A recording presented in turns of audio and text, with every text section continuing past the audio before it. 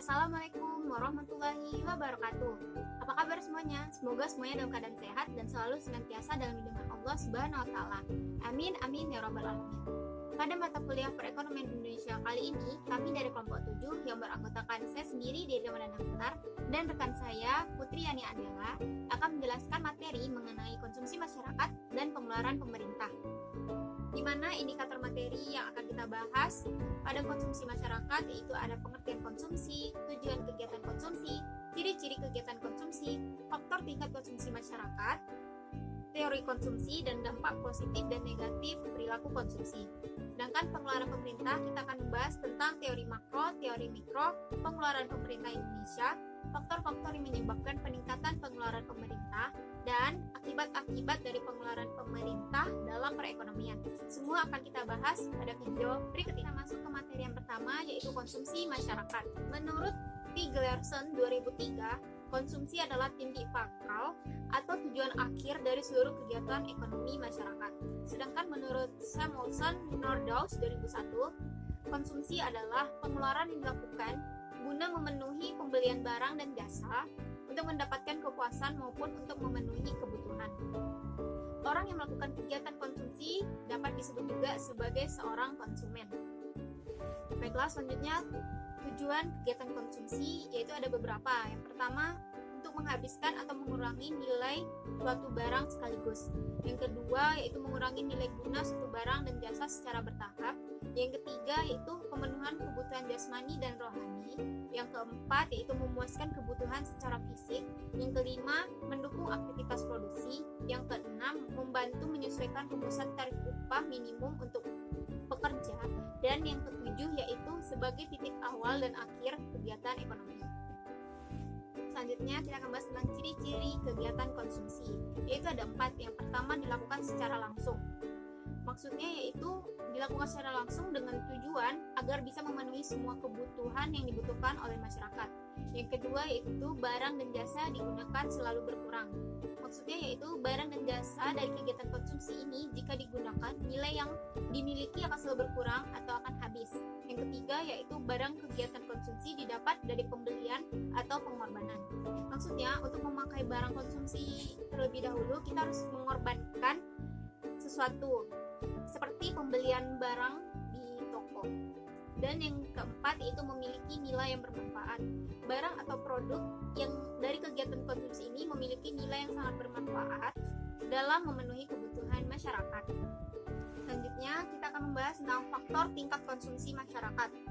Dan buku pengantar ekonomi makro 1998 karya Suparmoko terdapat beberapa variabel yang mempengaruhi konsumsi selain dari pendapatan, yaitu yang pertama tingkat pendidikan, selanjutnya harga barang dan jasa, tingkat bunga, jumlah keluarga, jenis kelamin, selera, sosial dan ekonomi, kekayaan, dan adat istiadat dan kebiasaan.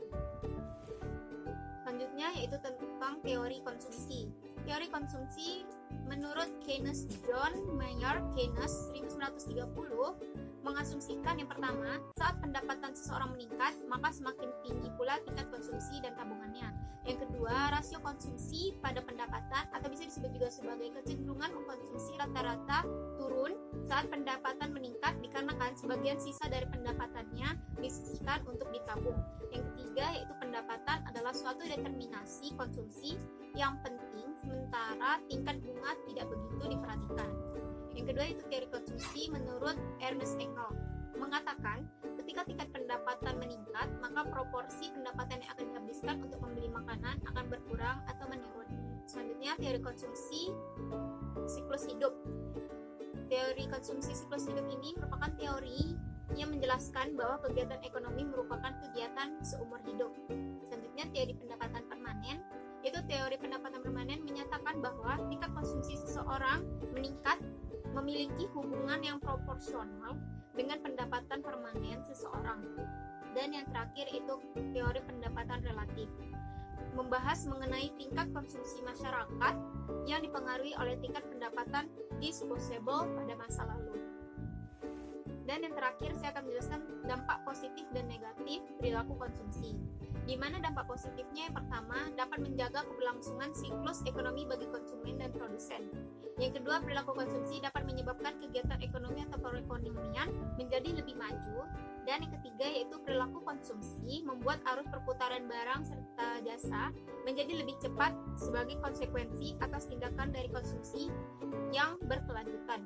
Sedangkan dampak negatifnya yaitu yang pertama, sikap konsumtif maupun perilaku konsumsi dapat menyebabkan seseorang individu menjadi tidak hemat atau boros. Yang kedua, sifat tidak hemat atau boros tersebut menyebabkan seorang individu dapat terjebak hutang piutang. Dan yang ketiga yaitu perilaku konsumsi dapat menurunkan minat atau motivasi seseorang untuk menabung sehingga mengakibatkan sumber daya investasi pada bank menurun. Baiklah, selanjutnya saya akan menjelaskan materi pengeluaran pemerintah. Pengeluaran pemerintah mencerminkan kebijakan pemerintah. Apabila pemerintah telah menetapkan suatu kebijakan untuk membeli barang dan jasa, pengeluaran pemerintah mencerminkan biaya yang harus dikeluarkan oleh pemerintah untuk melaksanakan kebijakan tersebut. Teori mengenai pengeluaran pemerintah juga dapat dikelompokkan menjadi dua bagian, yaitu teori makro dan teori mikro. Yang pertama yaitu teori makro. Pengeluaran pemerintah dalam arti real dapat dipakai sebagai indikator besarnya kegiatan pemerintah yang dibiayai oleh pengeluaran pemerintah. Semakin besar dan banyak kegiatan pemerintah, semakin besar pula pengeluaran pemerintah yang bersangkutan. Yang kedua yaitu teori mikro. Tujuan dari teori mikro mengenai perkembangan pengeluaran pemerintah adalah untuk menganalisis faktor-faktor yang menimbulkan permintaan akan barang publik dan faktor-faktor yang mempengaruhi tersedianya barang publik. Pengeluaran pemerintah Indonesia. Dalam neraca anggaran dan pendapatan belanja negara, pengeluaran pemerintah Indonesia secara garis besar dikelompokkan atas pengeluaran rutin dan pengeluaran pembangunan. Yang pertama, pengeluaran rutin. Pada dasarnya diunsurkan pos-pos pengeluaran untuk membiayai pelaksanaan roda pemerintah sehari-hari meliputi belanja pegawai, belanja barang, berbagai macam subsidi, angsuran dan bunga utang pemerintah, serta jumlah pengeluaran lain. Yang kedua, pengeluaran pembangunan. Pengeluaran yang bersifat menambah modal masyarakat dalam bentuk prasarana fisik, dibedakan atas pengeluaran pembangunan yang dibiayai dengan dana rupiah dan bantuan proyek. Selanjutnya yaitu faktor-faktor yang menyebabkan peningkatan pengeluaran pemerintah. Menurut Bromley, menyebabkan bahwa faktor yang menyebabkan kenaikan dalam pengeluaran pemerintah itu ada 4 alasan, yaitu yang pertama, suatu kenaikan di dalam general level of price. Kalau tidak terjadi perubahan dari jumlah barang dan jasa, transfer payment yang dilakukan pemerintah diduga akan menyebabkan kenaikan harga pada umumnya. Yang kedua, kenaikan pertambahan penduduk dan pembukaan daerah-daerah baru. Hal ini menyangkut dengan bertambahnya permintaan jasa-jasa pemerintah seperti bertambahnya permintaan pendidikan, kesehatan, dan lain-lain. Yang ketiga, kenaikan permintaan untuk jasa-jasa pemerintah. Misalnya meningkatnya urbanisasi, meningkatnya permintaan air minum, listrik, balai-balai pengobatan, dan lain sebagainya. Yang keempat, peperangan dan keamanan, berguna untuk melindungi masyarakat dan negara. Biaya-biaya yang dikeluarkan pemerintah untuk membeli peralatan perang, pembayaran untuk para veteran, biaya pengobatan, dan lain-lain. Akibat-akibat dari pengeluaran pemerintah dalam perekonomian. Hyman mengatakan bahwa kegiatan pengeluaran pemerintah itu akan membawa pengaruh yang penting dalam kegiatan perekonomian dan juga akibat pada bidang politik, yaitu yang pertama, terjadinya keseimbangan politik, yang kedua, terjadinya keseimbangan pasar, dan yang terakhir, pendistribusian pendapatan. Baiklah, rangkuman materi yang dapat kami sampaikan mengenai konsumsi masyarakat, yaitu konsumsi dapat diartikan sebagai kegiatan yang dilakukan dengan tujuan menghabiskan nilai guna. Di samping itu, tindakan ini juga untuk memenuhi kebutuhan dan kepuasan baik individu atau bersamaan. Orang yang melakukan kegiatan konsumsi dapat disebut sebagai seorang konsumen.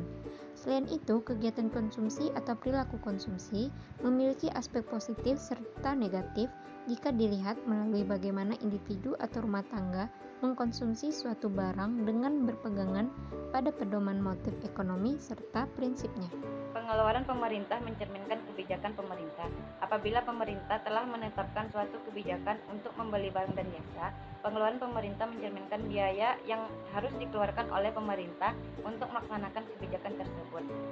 Dalam neraca anggaran dan pendapatan belanja negara, pengeluaran pemerintah Indonesia secara garis besar dikelompokkan atas pengeluaran rutin dan pengeluaran pembangunan.